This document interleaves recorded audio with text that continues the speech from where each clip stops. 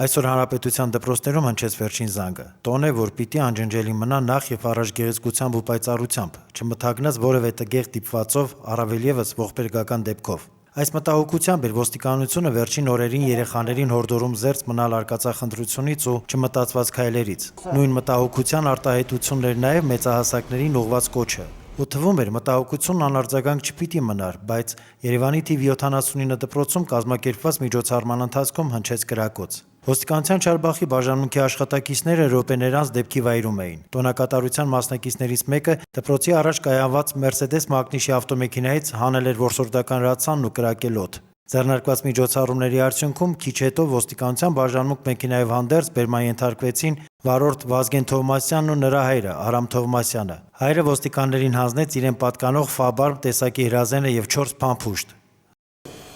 Երեխեքին ուրախացնելու համար կրակել եմ։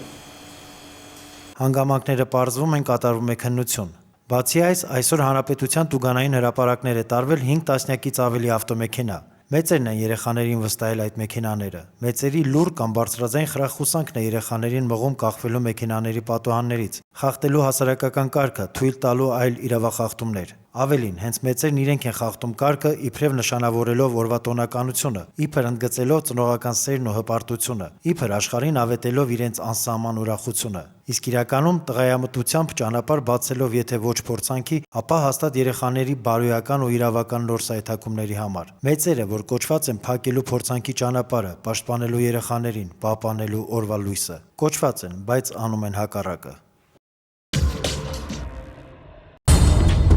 Ըստ Հայաստանի Հանրապետության ոստիկանության օպերատիվ հաղորդագրությունների ամփոփագրերի մայիսի 24-ից 25-ը հանրապետությունում արձանագրված գողության 4 դեպքից բացահայտվել է 1-ը, մարմնական վնասվածք հասցնելու 12 դեպքից 11-ը, իսկ խուլիգանության 1 եւ խարդախության 8 դեպքերն էլ բացահայտվել են։ Նախկինում կատարված հանցագործություններից բացահայտվել է մարմնական վնասվածք հասցնելու եւ խուլիգանության 1-ական դեպք։ Անցած 1 օրվա ընթացքում հանրապետությունում արձանագրվել է ճանապարհատրանսպորտային 5 պատահար, 10 մարդ ստացել է տարբեր աստիճանի մարմնական վնասվածքներ։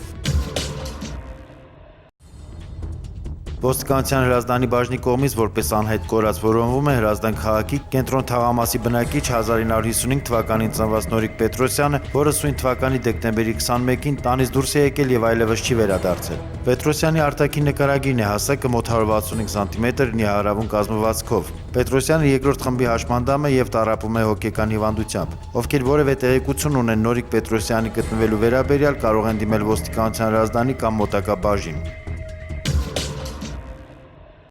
Ոստիկանության Էրեբունու բաժին մի քաղաքացուց հաղորդում էր ստացվել, որ աշխատանք փնտրելու կապակցությամբ թերթում հայտարարություն տալուց հետո իրեն է զանգահարել ոմն գրիչ, ներկայացել որպես անվտանգության աշխատակից եւ առաջարկել 50,000 դրամի դիմաց աշխատանքի տեղավորել։ Պայմանավորվել էին ու հանդիպել։ Այսպես կոչված անվտանգության աշխատակիցը վերցրել էր գումարն ու անհետացել։ Ոստիկանության Էրեբունու բաժնի աշխատակիցների կողմից ձեռնարկված օպերատիվ հետախուզական միջոցառումներով պարզվեց, որ ոմն գրիչը Արմավիրի մարզի Փշատավան գյուղի բնակիչ 1964 թվականին ծնված Գրիգոր Աբրահամյանն է։ Նա ներկայացավ ոստիկանություն եւ տվեց ինքնախոստովանական ցուցմունք։ Ոստիկանների հիմնավոր կասկածներ ունեն, որ Աբրահամյանի անօրինական գործողությունները այսքանով չեն սահմանափակվել։ Նրա գործողություններից տուժած քաղաքացիները կարող են դիմել ոստիկանության Էրեբունու բաժին։